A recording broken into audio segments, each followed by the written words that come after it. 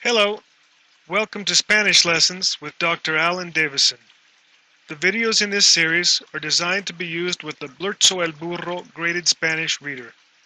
The reader is available at Amazon.com or through my website at blurzo.com. Have fun. Okay, today we will look at the differences between the preterite and the imperfect past tenses. Okay, the preterite tense, first of all, uh, a good way to think about the preterite is that it focuses on result. Okay, the result of some action.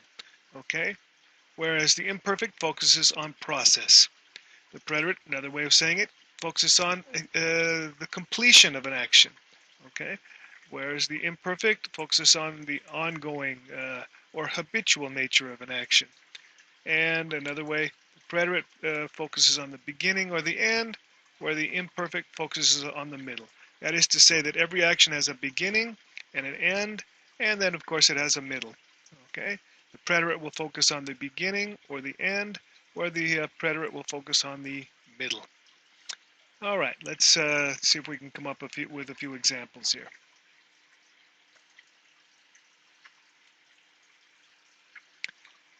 Here are some examples of the preterite tense. Yo vine, yo vi, yo vencí. Vine from the verb venir, irregular form there. I came, I saw, yo vi, yo vencí. All of these are completed actions. I came, I saw, I conquered. One action following the other. This, of course, is the Spanish rendering of the famous line of Julius Caesar in Latin, veni, vidi, veni, vidi, vici, is I believe how it is in Latin. Another example. Él estudió, he studied hasta las 5. He studied until 5 o'clock and then stopped studying and did something else, completed action. Another one here. Salimos a las 4. We left at 4. We left on our trip and then we did something else, the beginning of our trip. Okay? Those are examples of the preterite. Okay, here are some examples of the imperfect. Ella leía el libro. She was in the process of reading that book. We don't know when she began to read. We don't know if she has finished reading the book. Neither of those are indicated in this sense. All we know that she's in the process of reading this book. Okay. Cuando yo era joven, yo jugaba mucho. This would be a habitual, repeated action in the past. Often these actions will be introduced by cuando or mientras.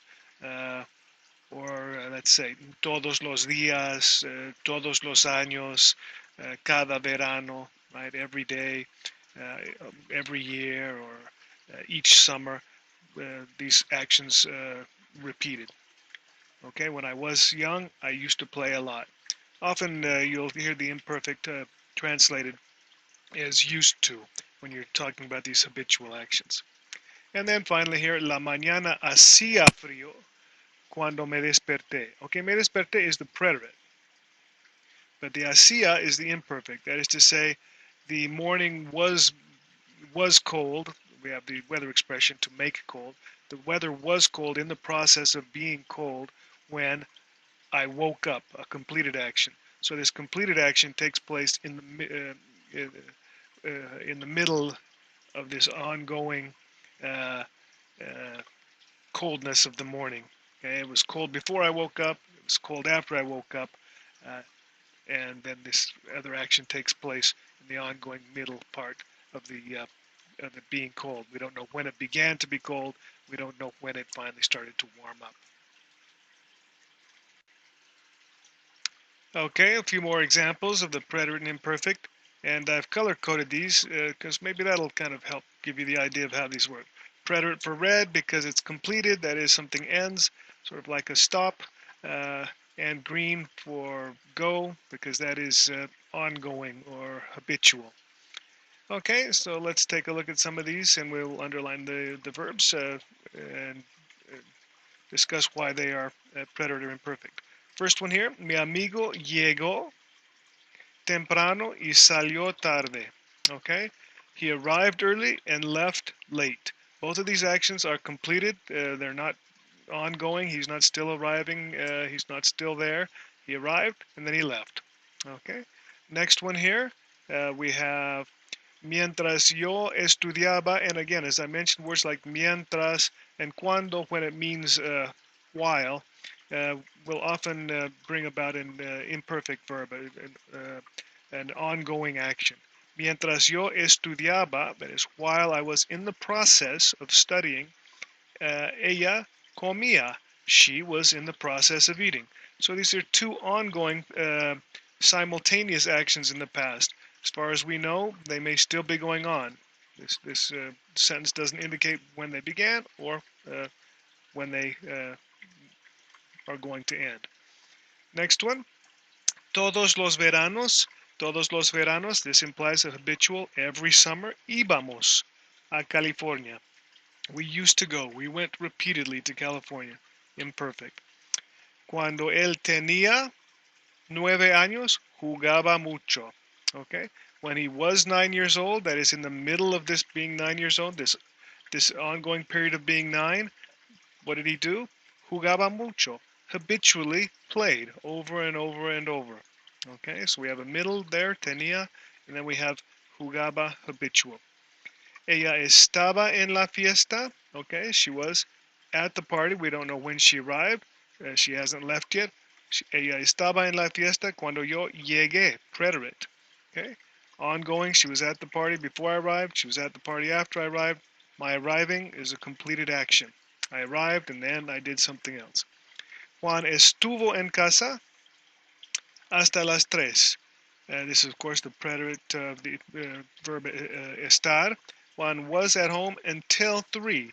That implies, of course, he was at home, but then he is no longer at home. He was only there until 3, and then that action, being at home, was completed, and Juan went on to do something else. He left home. He went out, whatever it might have been. Hubo una fiesta ayer. Hubo is the preterite of the verb haber. We've seen haber in the present tense. The verb, the irregular form I, H-A-Y, there is or there are. The past tense is here. The preterite is hubo, and the imperfect is había. Okay, so we have here there was or there were. In this case, hubo una fiesta ayer. Preterite, there was a party yesterday. The party's over. We're not moving into what happened while the party was going on. We're just saying the party took place and it is over. And then the final one here, referring back to the party, la fiesta terminó muy tarde. It ended very late. Okay, completed action, the party's over. The action of ending is completed. Okay, there you have some examples of the preterite and imperfect. Hopefully that helps.